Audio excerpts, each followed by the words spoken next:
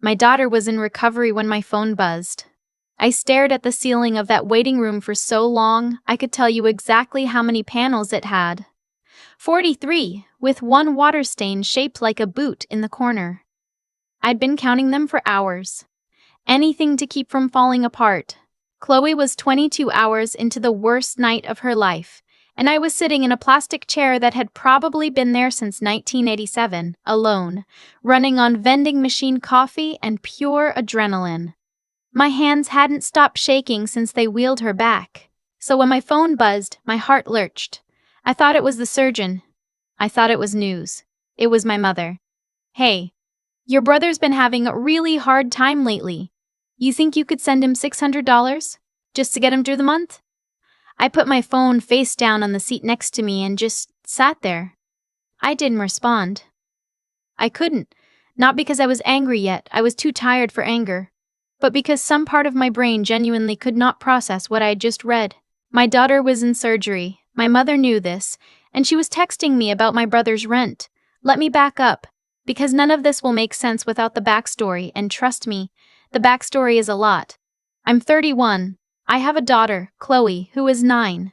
Her father and I split when she was 2, and I've been raising her mostly on my own since then. I work in healthcare administration. Not glamorous, not rich, but stable.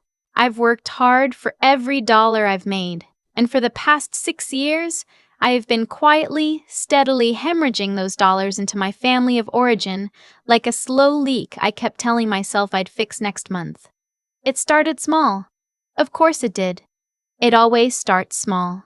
My younger brother, I'll just call him my brother, he's 26 and has never in his entire adult life held a job for more than 4 months. Not because he can't find work. He's charming, he's smart, he interviews well.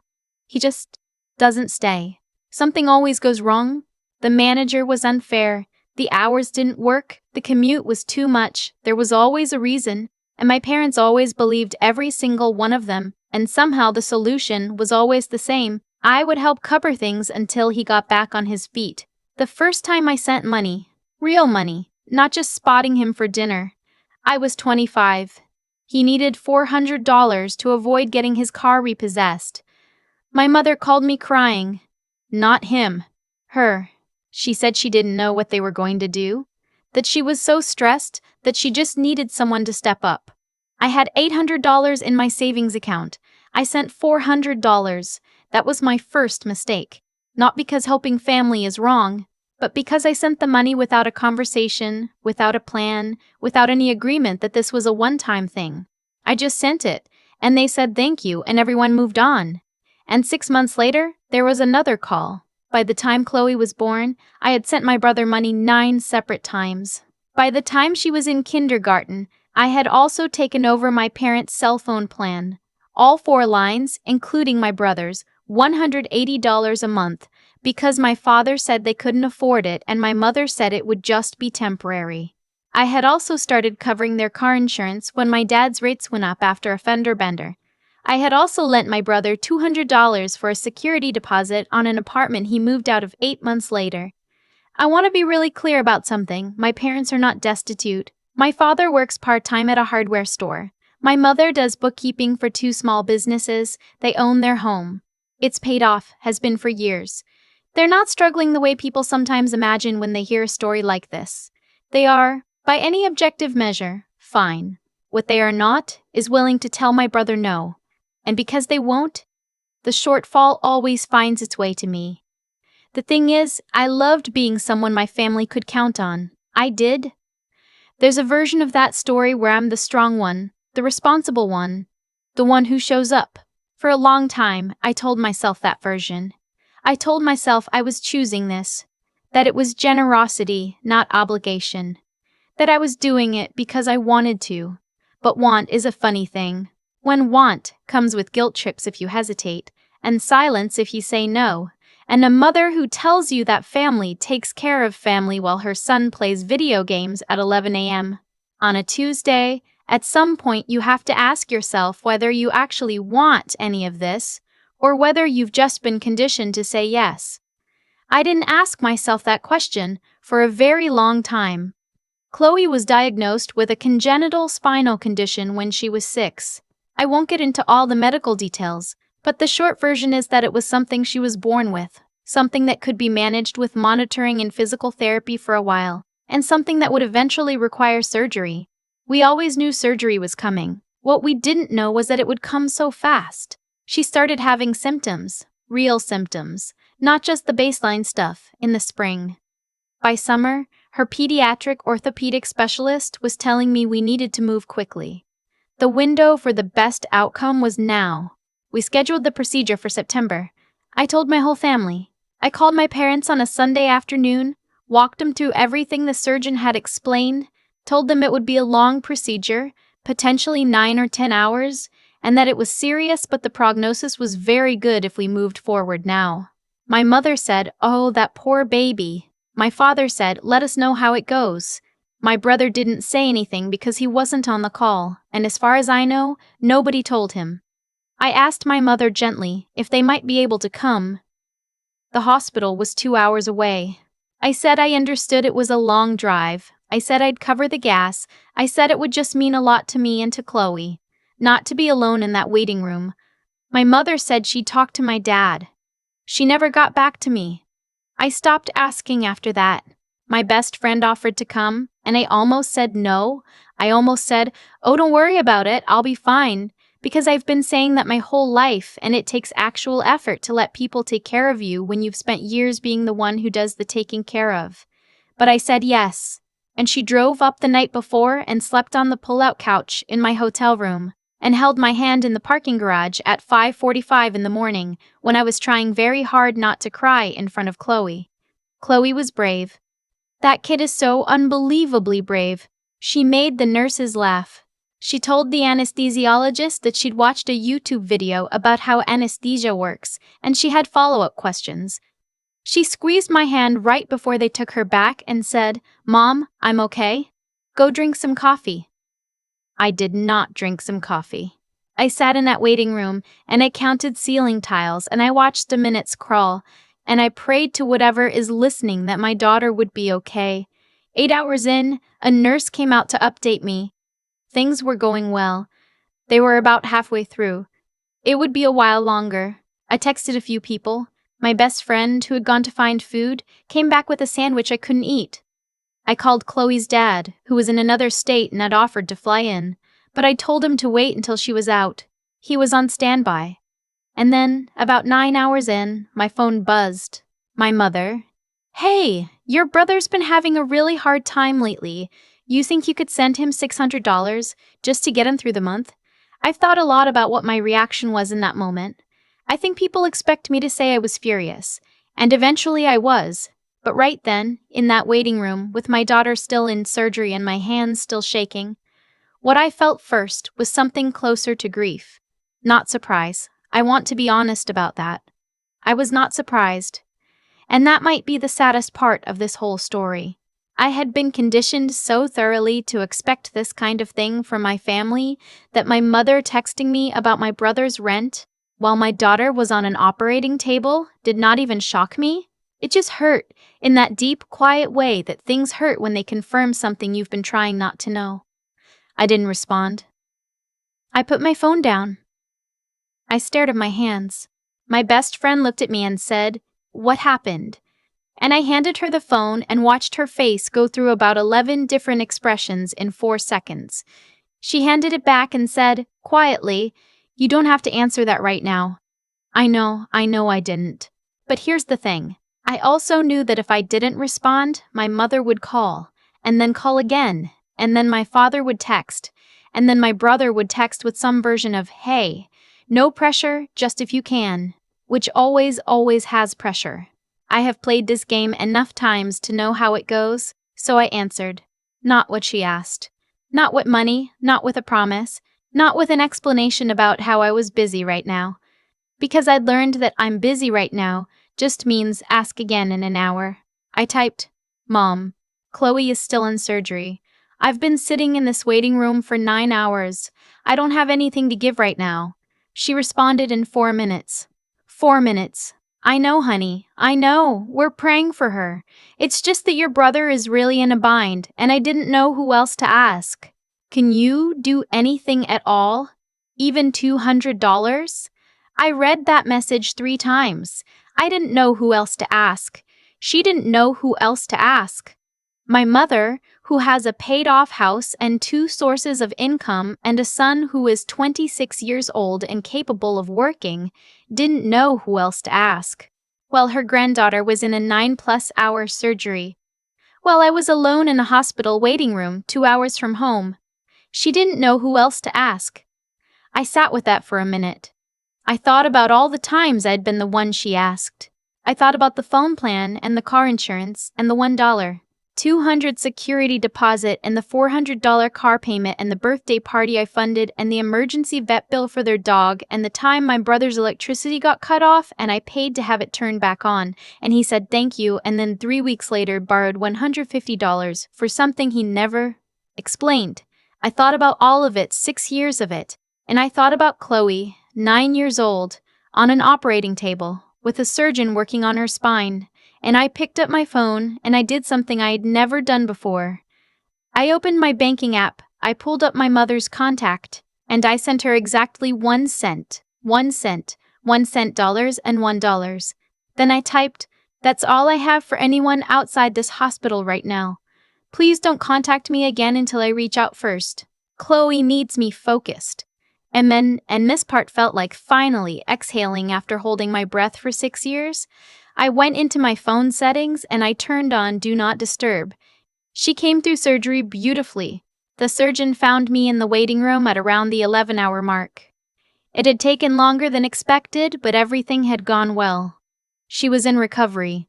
I could see her in about 40 minutes. The prognosis was excellent. I cried so hard I startled a guy across the room. My best friend hugged me and I just fell into it, shaking. And I don't know how long we stood there. A long time.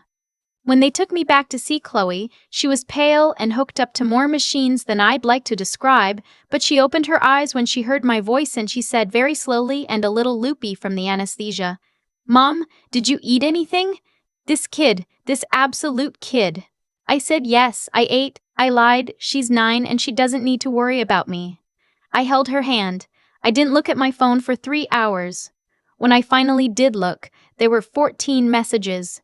6 from my mother, 4 from my father, 3 from my brother, and 1 from an aunt I haven't spoken to in 2 years who had apparently been recruited for the cause. My mother's messages went through several phases. First, confusion. "What does this mean? Are you okay?" Then wounded. "I can't believe you talked to me like that. I was just asking." Then guilt. "I guess we're not allowed to have needs anymore." Then silence, which lasted about 40 minutes, and then a final message that said, "Your brother figured it out. Hope Chloe is okay. Hope Chloe is okay." Not, "How is she? Is she out? Is she safe?" Just, "Hope she's okay," tucked in at the end of a paragraph about my brother figuring out his rent. My father's messages were shorter. He's a man of few words. He said I'd been rude to my mother. He said he understood I was stressed, but there was no need to be cold. He said family is everything. My brother sent, "Hey, all good, got it covered." "But you didn't have to be weird about it, Lil." The aunt said, "Your mother is very hurt, just so you know." I read all of them. I didn't respond to any of them. Not that day, not that week. Chloe was in the hospital for 5 days. I was there every single day, sleeping in the recliner in her room 2 of those nights, going back to the hotel the other 3 when the nurses convinced me she was stable and I needed actual rest. Her dad flew in on day 2, and we took shifts. Whatever we are to each other, we're good co-parents, and having him there helped more than I expected. My best friend drove back on day 4 with a bag of things I'd asked her to grab from my apartment. Chloe's favorite blanket, her Kindle, the specific kind of crackers she likes. She also brought me real food and forced me to sit outside for 20 minutes and breathe actual outdoor air. Nobody from my family came, not my parents, not my brother, not the aunt. In 5 days, while my daughter recovered from major spinal surgery, not one person from my family of origin showed up or called to ask how she was doing. There were a handful of texts. My mother sent a prayer hands emoji on day 3. My father sent nothing. My brother sent a meme on day 5 that I don't think was meant for me. It was probably a group chat mistake. I'm not telling you this to paint them as monsters. I'm telling you this because I think it's important to be clear-eyed about what people show you when the stakes are real. You can make a lot of excuses for people when the cost of excusing them is low. It's a lot harder when you're sitting next to your daughter's hospital bed counting the ways they're not there. When Chloe came home, we settled into recovery mode. She was on restricted activity for weeks. I worked remotely as much as I could, rearranged my schedule, leaned on her dad and my best friend more than I've leaned on anyone in years. It was hard. It was also, in a strange way, clarifying. About 2 weeks after we got home, my mother called. I let it go to voicemail. She left a message that started with asking about Chloe and then, about 90 seconds in, circled back around to my brother. Something about a car repair now. A few $100s, she just didn't know how he was going to manage. I listened to the whole message. Then, I sat with it. Then I called her back. I want to be honest. This conversation was not dramatic. There was no big blow-up, no screaming, no ultimatum delivered in a moment of cinematic clarity. It was a quiet, tired conversation between two people who have been doing the same dance for 6 years and where one of them has finally decided to stop. I told her I loved her. I told her I was glad Chloe was recovering well. And I told her that I would no longer be sending money to my brother, ever, under any circumstances, for any reason. I told her I was removing myself from their phone plan at the end of the billing cycle. I told her that the car insurance would end when the policy renewed. I told her that I was not a bank, I was not a safety net, and I was not available to be the solution to problems that other adults created. She cried. She said I was being cruel. She said she didn't understand what had changed. I said nothing changed. I just started paying attention. She didn't have a response to that. I didn't block anyone. I want to be clear about that. I know some people in my situation go full no contact and I understand why. And I'm not judging that choice at all. For me, for right now, I chose a different kind of distance. A deliberate one. I answer when I want to. I don't answer when I don't. I have stopped explaining myself and I have stopped apologizing for not explaining myself. It's a different kind of quiet than I've ever had in my life, and it took some getting used to, but it's mine. My brother did not reach out after any of this. Not to ask about Chloe, not to push back on what I'd said to my mother, not to say anything at all. He went quiet in the way people go quiet when the money stops. Not angry exactly, just absent. Like I'd served my purpose and now there wasn't much reason for contact. That should have felt worse than it did. The phone plan change cost my parents an extra $60 a month when they went to a different carrier. My mother mentioned this once in a tone that implied I should feel responsible for it. I did not feel responsible for it. I felt nothing except a mild, distant recognition that $60 was approximately how much I'd been spending every 2 weeks on their lines for 6 years. The car insurance was messier because my father is not great at paperwork and let his new policy lapse for 11 days, which created a whole thing. I found out about this through my aunt, who called to tell me that if something had happened during those 11 days, it would have been my fault. I told my aunt that was not how insurance or personal responsibility worked, and I wished her a good evening. Chloe is doing so well. She has a follow-up appointment next month, and her surgeon is pleased with her progress. She went back to school 6 weeks after surgery with modifications. She's still the kid who has questions for every medical professional she encounters. She's fine. She is genuinely remarkably fine. I am also fine. Not in the way I used to say fine. Not in the, I'm handling it, don't worry about me, I'm fine way. Just actually fine. Quieter than I used to be in some ways. More certain in others. People sometimes ask, when they hear a version of this story, what finally made me do it? What was the moment?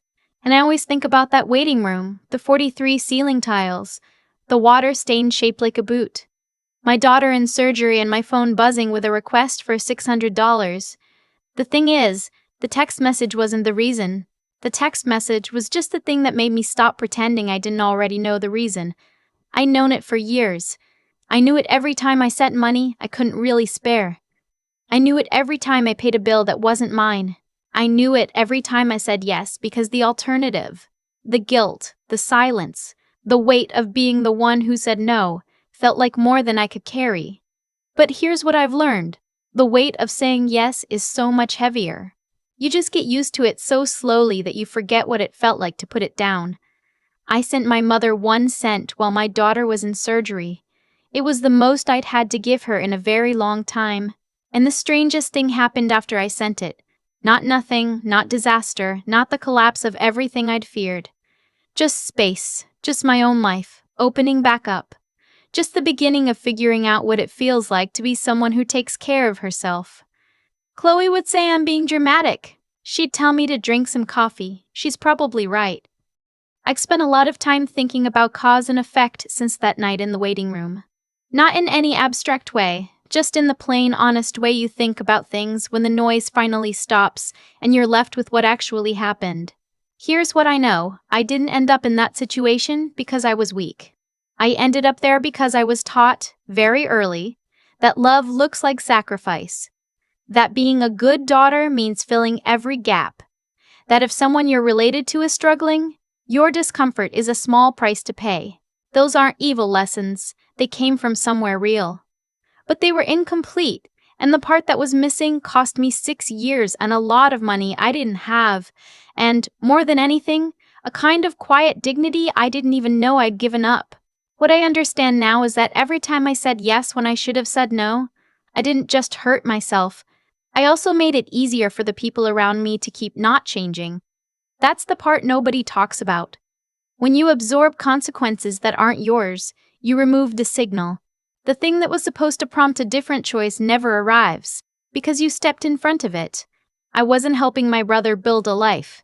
I was helping him avoid building one, and I told myself I was being kind. Wisdom, I think, is mostly just the willingness to see things as they are instead of how you need them to be. For a long time, I needed my family to be people who would show up, so I kept seeing them that way, even when the evidence was pointing somewhere else entirely. It took sitting alone in a hospital for 9 hours, counting ceiling tiles, watching my phone, waiting for news about my daughter, for me to finally stop arguing with what was in front of me. That's not a comfortable thing to admit. It would be easier to say I was a victim of circumstances, that I had no choice, that it all happened to me.